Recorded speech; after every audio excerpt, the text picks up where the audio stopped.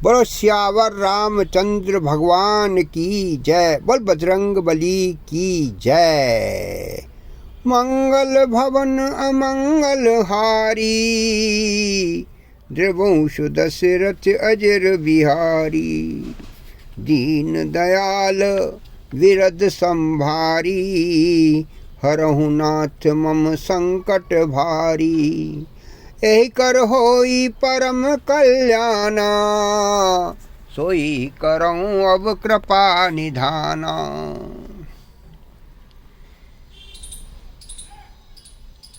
नारद मुनि ने हिमराज के यहाँ जाकर माता पार्वती के हस्तरेखा को देखकर उनके गुण और अवगुण बताए। अब उससे आगे की कथा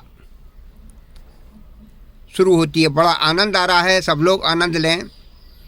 सुन मुनि गिरा सत्य जिय जानी, दुख दंपति ही उमा हरसानी।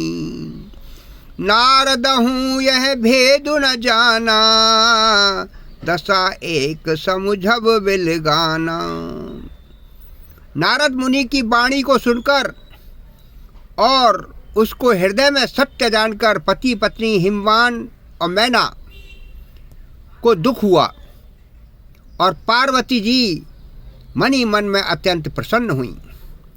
नारद जी ने भी इस रहस्य को नहीं जाना, क्योंकि सबकी बाहरी दशा एक सी होने पर भी भीतरी समझ भिन्न भिन्न होती है। सकल सखी गिरजा गिरी न मैना, पुलक शरीर भरे जल नैना।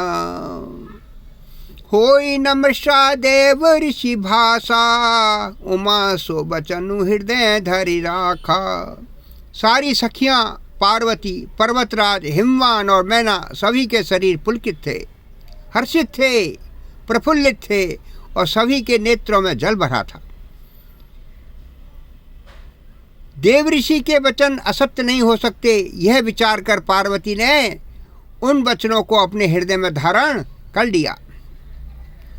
उपजौ शिव पद कमल स्नेहो, मिलन कठिन मन भा संदेहु। जाने को अवसरु प्रीत दुहाई, सखी उचंग बैठ पुनि जाई। उन्हें शिव जी के चरण कमलों में स्नेह उत्पन्न हो गया,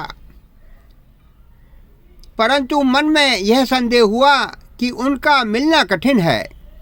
अवसर ठीक न जानकर उमा ने अपने प्रेम को छिपा लिया और फिर वे सखी की गोद में जाकर बैठ गईं। झूठ न होई देव ऋषि बानी, सोचहि दंपति सखी सयानी। और धरि धीर कहो गिरिराऊ, कहो नाथ का करिए उपाऊ।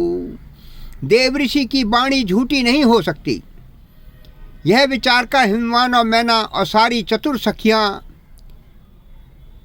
चिंता करने लगीं। फिर हृदय में धीरज धरकर पर्वतराज ने कहा, हे नाथ कहिए अब क्या उपाय किया जाए। कह मुनीश हिमवंत सुनो, जो विधि लिखा लीलार। देव दनुज नर नाग मुनि, कौना में टनहार। सियापति राम जय जय राम, मेरे प्रभु राम जय जय राम। मुनीश्वर ने कहा, नारद मुनि ने, हे हिमवान सुनो, विधाता ने ललाट पर जो कुछ लिख दिया है उसको देवता, दानव, मनुष्य, नाग और मुनि कोई भी नहीं मिटा सकते। मंगल भवन मंगल हारी, द्रवंश दशरथ अजर बिहारी। बोलो सियावर रामचंद्र भगवान की जय। बोल बजरंग बली की जय।